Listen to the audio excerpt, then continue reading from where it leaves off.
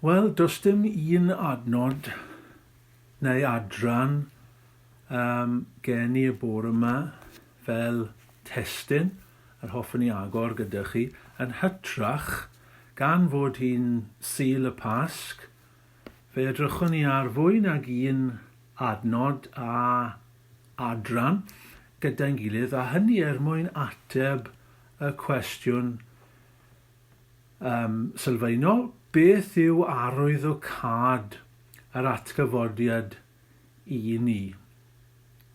Mae'n Sul y Pasg, mae'n Sul cynta, dydd cynta'r wythnos, mae'n ddrwg gen I, a dyma'r dydd y cododd yr arglwydd Iesu Grist yn fyw. Beth yw pwysigrwydd hynny I ni? Beth yw arwyddocâd hynny I ni fel Cristnogion? Pam mae hynny o fydd I ni? Bydde llawer o bobl wrth gwrs yn gwadu, dynau, yn gwadu yr atgyfodiad y bore yma. Roedd na, des I ar draws hyn, roedd na ddiwynydd enwog yn yr ganrif ddiwetha, wedi marw nawr, o'r enw Rudolf Bultmann. A dyma wedodd yn Saesneg yw'r dyfyniad, an historical fact which involves a resurrection from the dead is utterly inconceivable. Dyna beth oedd yn dweud. A fydde llawer o bobl a llawer I weinidog, falle byddwch chi'n syni glywed, ond llawer I esgob, llawer I weinidog yn cytuno gydag Ond dyn ni ddim yn syni at hynny chwaith, ydyn ni. Mae pobl erioed wedi gwadu atgyfodiad llythrenol corfforol. Roedd y Sadwceaid yn amser yr arglwydd Iesu Grist. Doedden nhw ddim yn credu hynny. Roedd yr Atheniaid oedd yn gwrando ar Paul. Chi'n cofio pan brygethodd Paul yn Athen. O'n nhw'n gwrando ar Paul yn siarad am yr atgyfodiad, a dyma nhw'n gwawdio. Dyma nhw'n chwerthin am I ben. Roedd yna rai yn Corinth, fel darllenon ni gynnefach, y rai yn yr eglwys yn dechrau amau. Ac ni'n cofio wrth gwrs am Thomas, un o'r disgyblion. Oedd pallu credu ar y dechrau. Nawr, gallen ni ddechrau trwy nodi'r dystiolaeth am yr atgyfodiad, am atgyfodiad yr arglwydd Iesu Grist. Mae yna dystiolaeth, mae yna brawf, mae yna proof I fod wedi atgyfodi, a mae hwnna'n bwysig, ond dydw I ddim moyn aros gyda hynny. Y bore yma, fi'n cymryd bod y rhan fwyaf ohonon ni yn derbyn y ffaith I fod wedi cyfodi. Gai jyst atgoffa chi fod y 4 efengylydd, Matthew, Mark, Luke a Ioan, yn pwysleisio fod yr arglwydd Iesu wedi marw, fod wedi cael ei roi mewn bedd, a tridiau yn ddiweddarach, roedd y bedd yn wag. Fe ymddangosodd yr arglwydd Iesu I nifer o bobl, roedd yna nifer o dystion yw atgyfodiad Ond awn ni ymlaen, sut mae I atgyfodiad o fydd I ni? Pam mae o gysur? Pam mae e'n bwysig I ni y bore yma? Wel, gai nodi 3 phwynt gyda chi. 3A sydd gen i y bore yma. 3A y mae Atgyfodiad yr Arglwydd Iesu Grist yn ein cyfeirio atynt. Yr A cyntaf yw awdurdod. Awdurdod. Authority. Neu allan ni ddefnyddio A arall yn yr un pwynt yn ddigon cyfleus. Arglwyddiaeth. Arglwyddiaeth. Lordship.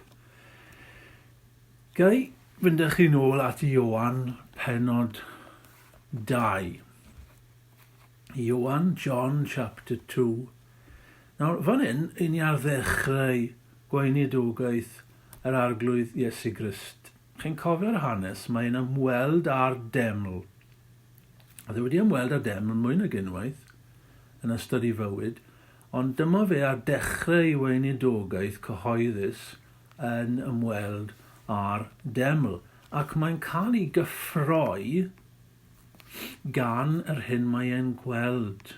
Mae e'n digio yn dydy. Mae'n gweld y bobl yn prynu ac yn gwerthu yn y deml. A chi'n cofio ffordd mae e'n taflu'r bobl mas, cyfnewidwyr arian. Mae'n bwrw i byrddau nhw, taflu'r arian, ac mae'r Iddewon yn gofyn cwestiwn iddo fe. Adnod 18. Pa awdurdod sydd gyda thi dros wneud hyn? Pa awdurdod? What authority have you got? Mwy nag unwaith roedd yr Iddewon wedi gofyn hyn i'r Arglwydd Iesu Grist. Pa arwydd yn mynd i roi i ni? Pa awdurdod sydd gen i ti? Mae'n gwestiwn digon teg, mae'n gwestiwn da. Pam ddylen ni wrando arna ti? Dyma ateb Iesu Grist iddyn nhw. Mae'n eitha cryptic, ond dyma'i ateb e. Atebodd Iesu hwy, dinistriwch y deml hon ac mewn tridiau fe'i codaf hi. Doedd yr Iddewon ddim yn deall, oedden nhw'n meddwl bod e'n cyfeirio at y deml yn Jerusalem, y deml llythrenol. Ond mae Ioan wedyn, yr un sy'n ysgrifennu, yn egluro. Doedd e ddim yn sôn am y deml, sôn adnod 21, ond sôn yr oedd ef am deml ei gorff. Ei gorff. A wedyn mae'n mynd mlaen i ddweud hyn. Felly, wedi iddo gael ei gyfodi oddi wrth y meirw, cofiodd ei ddisgyblion iddo ddweud hyn, a chrydasant yr ysgrythyr ar gair yr oedd Iesu wedi ei lefaru. Sylwch beth mae'r Arglwydd Iesu yn dweud fan hyn. Dinistriwch y deml hon, siarad am ei gorff, siarad am ei fywyd. Dinistriwch. Oedd e'n gwybod. Oedd e'n gwybod bod yr Iddewon yma yn mynd i'w laddau. Oedd e'n gwybod reit ar y dechrau bod e'n mynd i farw. Ond yn fwy na hynny, yn fwy syfrdanol, mae'n dweud hyn, dinistriwch y deml hon ac mewn tridiau fe'i codaf. Mae'n proffwydo yn dydy fod e'n mynd i godi. Maen nhw'n mynd i'w laddau, ond mae e'n mynd i godi ar y trydydd dydd. Sylwch beth mae'n dweud ac mewn tridiau fe'i cyfodaf hi i gorff. Mae e'n mynd i godi. Beth yw'r prawf o arglwyddiaeth yr Arglwydd Iesu Grist? Beth yw'r prawf i fod yn Dduw? Mae wedi atgyfodi. Mae Paul yn dweud yr un peth yn Rhufeiniaid 1 ac adnod 4. Romans 1:4. Yn trefn sanctaidd yr ysbryd, cyhoeddwyd ef yn fab Duw a mawr gallu trwy atgyfodiad o farwolaeth. Dyma Iesu Grist ein harglwydd. Mae yr Iesu hun yn dweud rhywbeth tebyg ond yn fwy clir yn Ioan 10. Nawr gwrandewch ar y geiriau hyn. John 10:18. Nid yw neb yn ei dwyn oddi arnaf i fywyd, ond mae fi ohono fy hun sy'n ei roi. Y mae gennyf hawl i'w roi, ac y mae gennyf hawl i'w derbyn eilwaith. Hyn a gefais yn orchymyn gan fy nhad. Mae hwnna'n debyg i beth welson ni yn Ioan 2, ond mae Iesu Grist yn hyd yn oed fwy clir fan hyn. Mae'n fwy beiddgar. Hefyd, mae'r geiriau yn hollol rhyfeddol. Dim ond Duw allai ddweud y fath beth. Mae'n dweud fod bywyd ynddo. Does gan neb hawl i gymryd fy mywyd oddi wrthau. Wel, dim ond Duw sydd yn gallu dweud hynny. Ond dim ond Duw sydd yn gallu dweud hyn. Wedi iddo roi fywyd i lawr, mae hawl gyda fe i dderbyn ei eilwaith.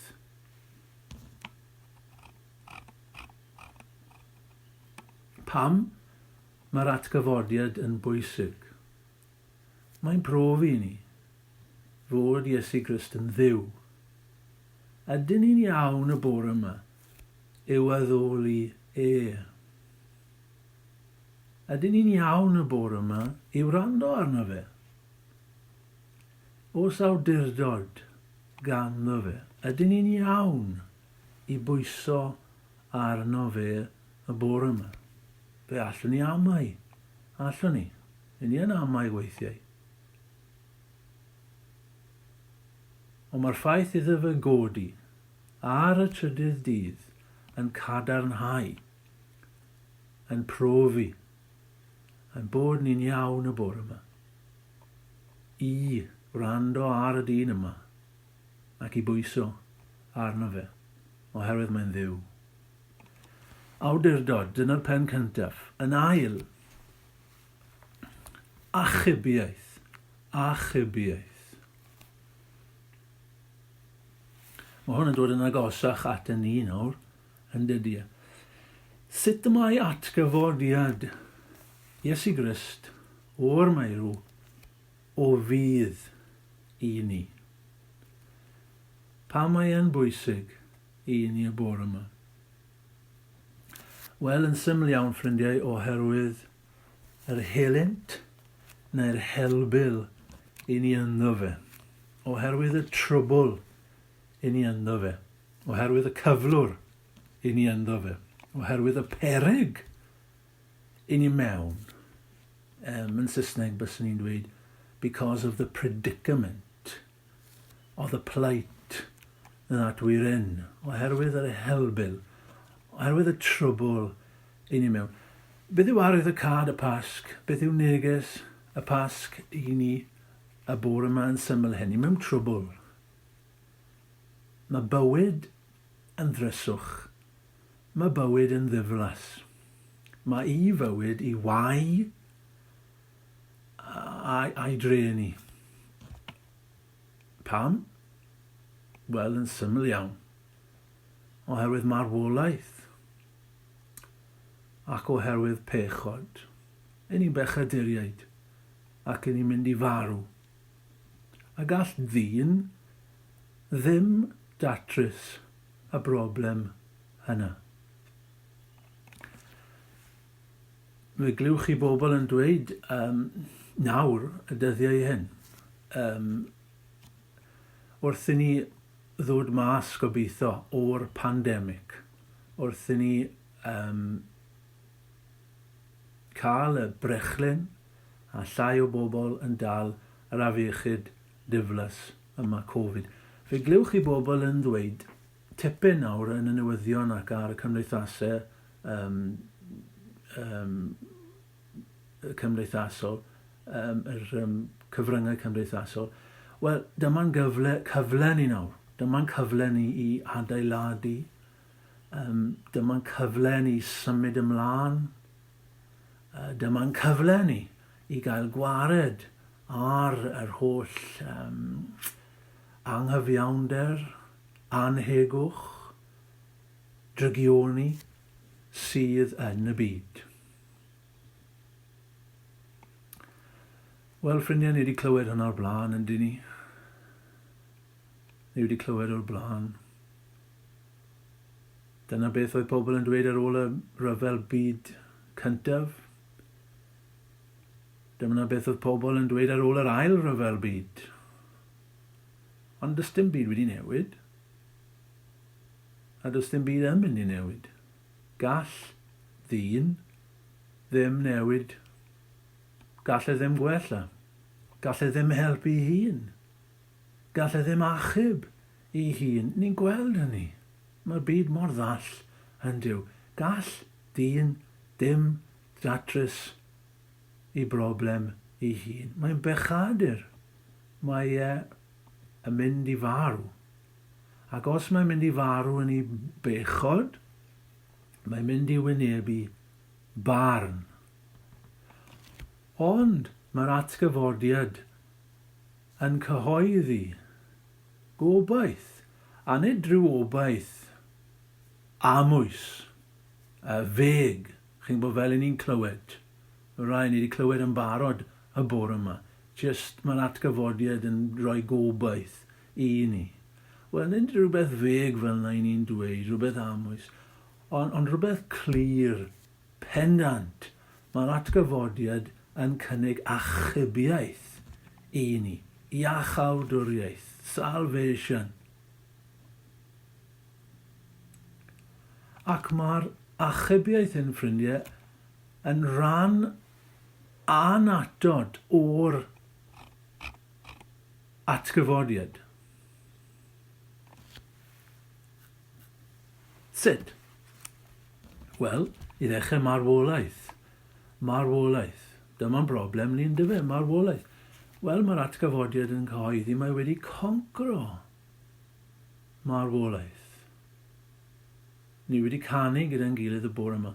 Fe gododd y ceidwad, boed moliant i Dduw, fe gongrwyd marwolaeth.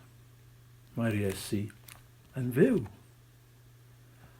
Fe lyncwyd angau mewn buddigoliaeth. Ond beth am bechod? Beth am ein pechod? Sut mae'r atgyfodiad yn ein hachub ni o'n pechod? Sut mae Iesu Grist yn ein hachub ni? Falle byddwch chi'n dweud trwy ei farwolaeth. A mae hynny'n gywir. Mae hynny'n hollol gywir. Mae Iesu Grist yn ein hachub ni trwy ei farwolaeth. Falle byddwch chi'n dweud mae'n ein hachub ni trwy'r groes. A mae hynny'n hollol gywir. Ond hefyd, mae'n chi sylwi, ffrindiau y bore yma, mae'n ein hachub ni trwy ei atgyfodiad. Sut hynny? Gai fynd chi nôl at y darn darllenis i, sef Corinthiaid, 1 Corinthians 15. 1 Corinthians 15. A mae'r apostol Paul fyna yn dweud pethau eitha diflewyn ar dafod yn dydy. Mae'n dweud rai pethau eitha clir, eitha pendant. Fi ddim yn gwybod os bydde Cristnogion yn siŵr. Ond dyma beth mae'n dweud, os nad yw Crist wedi ei gyfodi, os nad yw wedi cael ei gyfodi, os nad yw'r atgyfodiad yn wir, ofer yw ein pregethu. Ofer, gwagedd yw yr efengil. Ma'ch ffydd chi, mae'n dweud, yn ofer. Ma'ch ffydd chi'n wag, os nad yw Iesu Grist wedi cyfodi. A mae'n dweud hyn, yn eich pechodau yr ydych o hyd. Chi'n gweld? Os yw Iesu ddim wedi codi, a rhaid ni ddweud yn ofalus gyda pharch fan hyn a gyda gofal mawr, dydy'r ffaith bod e wedi marw ddim yn ddigon. Byddwch chi dal yn eich pechodau. Oedd rhaid iddo fe godi. Un hacheb ni. Ni wedi canu gyda'n gilydd, cyfodi wnaeth, un cyfiawnhau. A mae'n hollol gywir. Mae'n hollol feiblaidd. Mae'r Testament Newydd yn dweud, Amen. Rhufeiniaid 4, 25, ar hwnna gyfodwyd un cyfiawnhau. Ar y groes, fe wnaeth Iesu Grist iawn drosom. Ar y groes, roedd Iesu wedi talu y ddyled am ein pechodau ni. Ar y groes, roedd Iesu Grist wedi'n prynu ni o'n pechodau. Ni'n cael ein cyfiawnhau trwy ei waed, by his blood. Hynny yw trwy farwolaeth e. Ie, ni'n cael ein cyfiawnhau trwy ei farwolaeth. Ond yn ei atgyfodiad, mae hynny'n cael ei amlygu, mae hynny'n cael ei arddangos, mae hynny'n cael ei selio i ni. Ni'n gweld hyn, yn dyn ni, gael jyst rhoi eglureb i chi, ni'n gweld hyn o ddydd i ddydd mewn achosion llys. Yn wedig achosion llys lle mae rhywun enwog. Mae'r achos yn un cyhoeddus. Weithiau chi'n cael rhywun enwog iawn yn cael ei cyhyddo o wneud rhywbeth drwg. A maen nhw'n goffa mynd i'r llys. Ac os bydden nhw'n cael ei ffeindio'n euog, maen nhw'n mynd i'r jail. So mae lot o sylw i'r achos llys yn y cyfryngau ar y teledu. Mae'r achos yn mynd mlaen am wythnos a mae rhyw pwt ar y newyddion. A wedyn mae'r dydd mawr yn dod pan mae'r ddedfryd yn dod. The sentence. Neu the verdict, sorry, yn dyfu. A dychmygwch bod mae'r person yn cael ei ffeindio'n ddi-euog.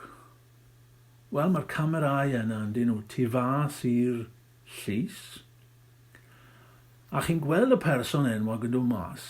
A mae'n nghanol i deulu, a mae deulu yn dal yna. A mae'n y canol, a mae'n sefyll ar ben y grisiau, ar ben grisiau y llys, a mae'n gwenu. Ac yna mae ddwylo i fyny, a fel hyn, yn yr awyr, yn dyfu. Mae wedi cael ei gyfiawnhau. Mae'n rhydd. Mae wedi cael ei gyhoeddi tu fewn. Ni ddim yn gweld hynny, oedd e'n cael ei gyhoeddi tu fewn. Ond dyma'r amlygiad. Dyma'r datganiad cyhoeddus. Gall e ddim cael ei ddal mwyach. Mae e'n rhydd. Ac felly gyda'r arglwydd Iesu Grist, ffrindiau, roedd rhaid iddo fe fynd yn rhydd. Roedd e wedi ennill. Roedd yr achos trosodd. Roedd yr achos trosodd ar y groes. Ond roedd rhaid dangos hynny. Ac felly, fe ddath yn rhydd, yn fuddigoliaethus ar y trydydd dydd. Ac felly ni. Mae wedi gwneud hyn drosom ni. Ac mae e'n sefyll, i ni'n sefyll gydag e fel petai, ar ben y grisiau yna. Ac felly, allan ni ganu, cyfodi wnaeth. Un cyfiawnhau, bodlonodd, ddeddf y nef. Mae Iesu Grist wedi codi mwyn dod am y ddeiant i'w bobl e. Eto fe ganon ni'r emyn hyfryd yma, gweitha'r maen a'r gwylwyr, cyfododd Iesu'n fyw, daeth yn ei law a lluog a phardwn dynol rhyw. Mae'n neis yn dydi. Daeth yn ei law a lluog. Mae wedi dod o'r bedd a mae fel petai rhywbeth yn ei law e. Beth sy'n ei law e? Pardwn. Pardon. I ddynol rhyw. Mae'n fyw a mae'n dod â phardwn i ni. Dyna nath enda fe. Be ddath e at pwy gynta? Pedr. Pam at Pedr? Be ddaeth a phardwn. At Pedr oedd eisiau pardwn, at Pedr oedd e. A dde wedi gwneud mes o bethau A fe ddath Iesu Grist am addeiant i Pedr mas o'r bedd. Fe ddath at Saul o Darsus. Saul oedd yn erlyd Cristnogion.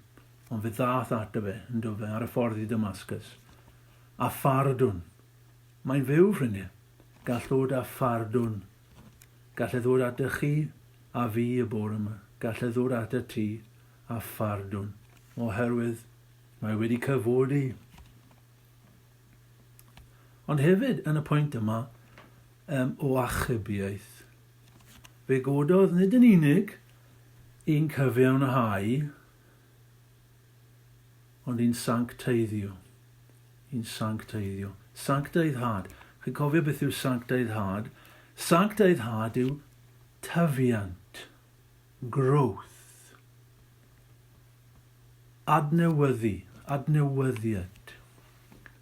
Rydyn ni'n bechaduriaid, rydyn ni'n farw yn ysbrydol. Chi'n cofio geiriau Paul, a roeddech chwi yn feirw mewn camweddau a phechodau. Mae angen bywyd arno ni. Mae Duw yn rhoi bywyd i ni yn yr Efengil. Ond sut? Sut mae'n rhoi bywyd? Chi'n gyfarwydd ar geiriau hyn, ond sylwch beth mae Paul yn dweud. Ephesians 2, verse 4.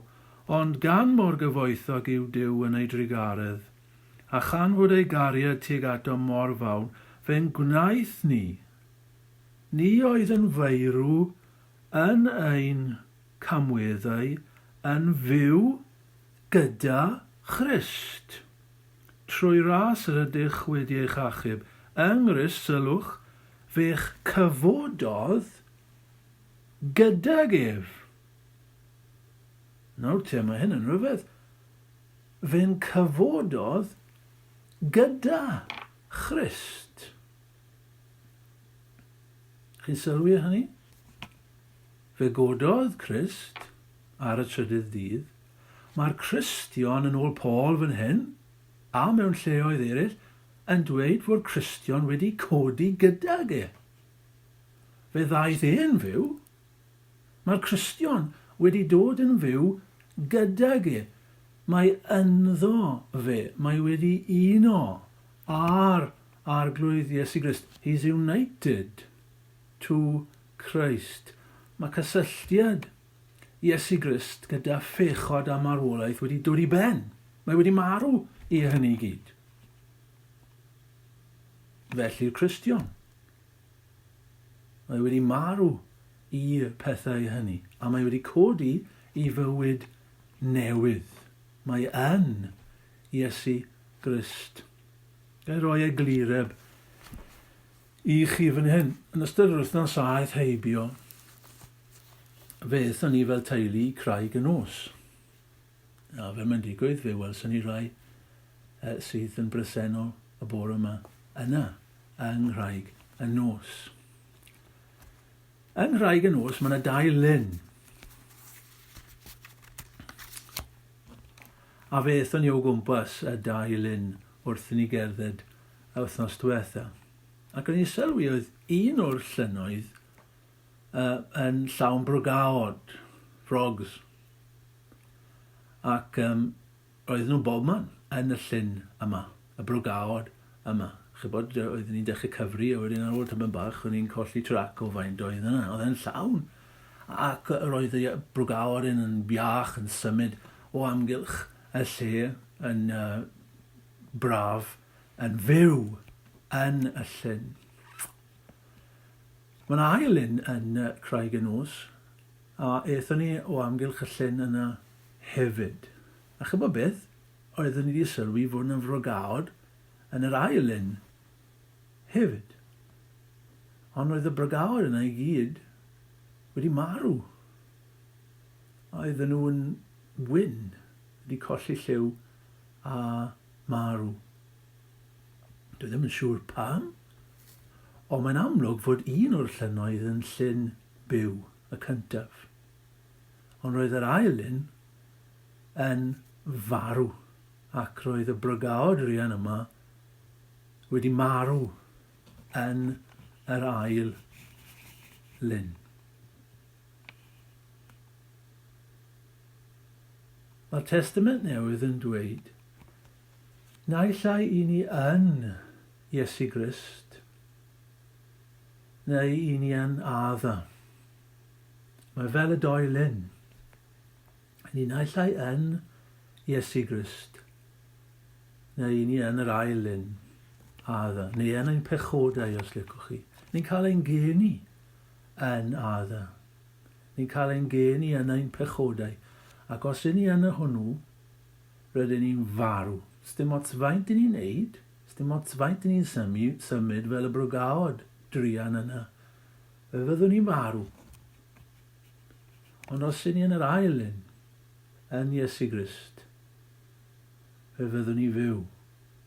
Mae yna fywyd yno ni, oherwydd yr un bywyd ac sydd yn yr arglwydd Iesu Grist.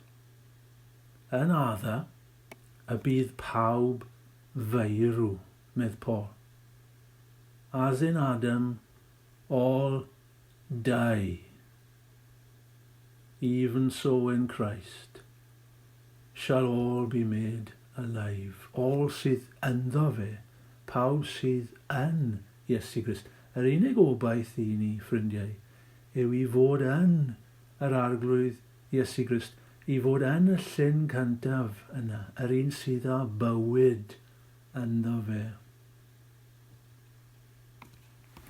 Gael darllen i chi beth mae Paul hefyd yn dweud yn Rufeiniaid. Dyma ran amlwg enwog am hyn. Romans 6, 8 to 11. Gwrandewch eto, mae'n geiriau rhyfedd iawn i ni. Ac os buom ni farw gyda Christ, yr ydym yn credu y cawn fyw gydag ef hefyd. A ninnau yn gwybod na fydd Christ sydd wedi ei gyfodi oddi wrth y meirw yn marw mwyach. Collodd marwolaeth a'i harglwyddiaeth arno ef. Yn gymaint ag iddo marw, i bechod y bu y farw unwaith ac am byth, yn gymaint a'i fod yn fyw, i ddiw ymaen byw. Felly rydych chwythau eich cyfrif eich hunain fel rhai sy'n farw i bechod, ond sy'n fyw i ddiw yng Nghrist Iesu. Os ych chi ynddo fe, medd Paul, os ych chi yn yr arglwydd Iesu Grist, byddwch chi fyw. Gallwch chi ddim farw. Mae e wedi ryddhau nawr o bechod a marwolaeth. A fe fyddwch chi yn rydd o bechod a marwolaeth. Ac fe gewch chi'ch ryddhau o bechod a marwolaeth. Ni nawr yn gallu cwpla'r emyn yn y dechreuais i ddyfynnu. Cyfodi wnaeth i'n cyfiawnhau bod lonodd ddedd fy nef maint ein pla cawn lawenhau. Mae'n bywyd ynddo fe. I ni yn yr arglwydd Iesu Grist, ac felly fe fyddwn ni fyw. Achubiaeth, yn gloi ffrindiau i fi orffen. Awdurdod, achubiaeth, addewid. Promise neu pledge yw addewid. Mae'r atgyfodiad yn bwysig i ni y bore yma fel Cristnogion, oherwydd y patrwm mae e'n gosod i ni, oherwydd yr hyn sydd yn mynd i ddigwydd. Eto, awn ni nôl at beth mae Paul yn dweud wrth y Corinthiaid yn y benod a ddarllenis i. 1 Corinthians 15 and verse 20. Ond y gwir yw fod Crist wedi ei gyfodi oddi wrth y meirw yn flaen ffrwyth yr rhai sydd wedi ei huno. Mae Cristnogion yn marw, ond nid fel pobl eraill. Nid marw i ni, ond huno, medd Paul. Cysgu yw huno. We will sleep. yn gwmws fel y cododd yr arglwydd Iesu Grist ar y trydydd dydd. Bydd Cristnogion rhyw ddydd yn codi. Fel y cafodd yr arglwydd Iesu Grist gorff newydd, ysbrydol, fe gewn ni hefyd. Gorff neu gyrff ysbrydol. Mae hyn, medd Paul, wedi digwydd yr atgyfodiad yn flaenffrwyth. First fruits. Blaenffrwyth yw'r ffrwythau cyntaf mewn cynhaiaf. Pan ych chi'n cael cynhaiaf, ych chi ddim yn cael un ffrwyth yn unig.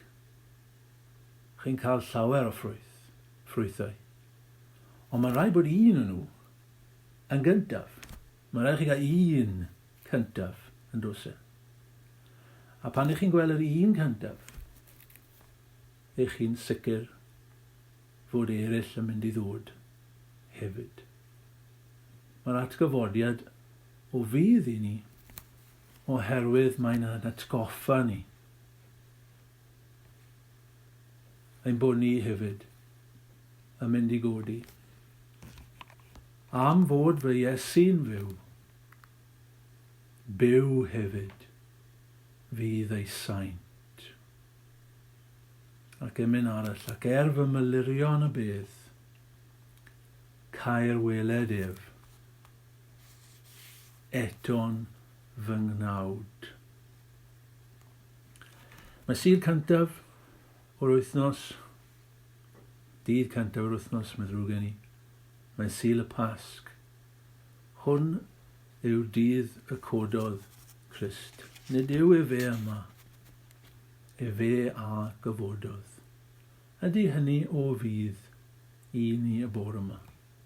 Ydy hynny yn rhoi cysur i chi? Feddyle, mae'n profi awdurdod yr arglwydd Iesu Grist. Mae'n profi ni y bore yma fod pob awdurdod wedi ei roi iddo ef. Mae wedi concro angau. Mae e'n dduw. Fe yw ein harglwydd a'n Duw. Mae wedi codi un hachub ni o'n pechodau. Mae wedi codi un cyfiawnhau ni.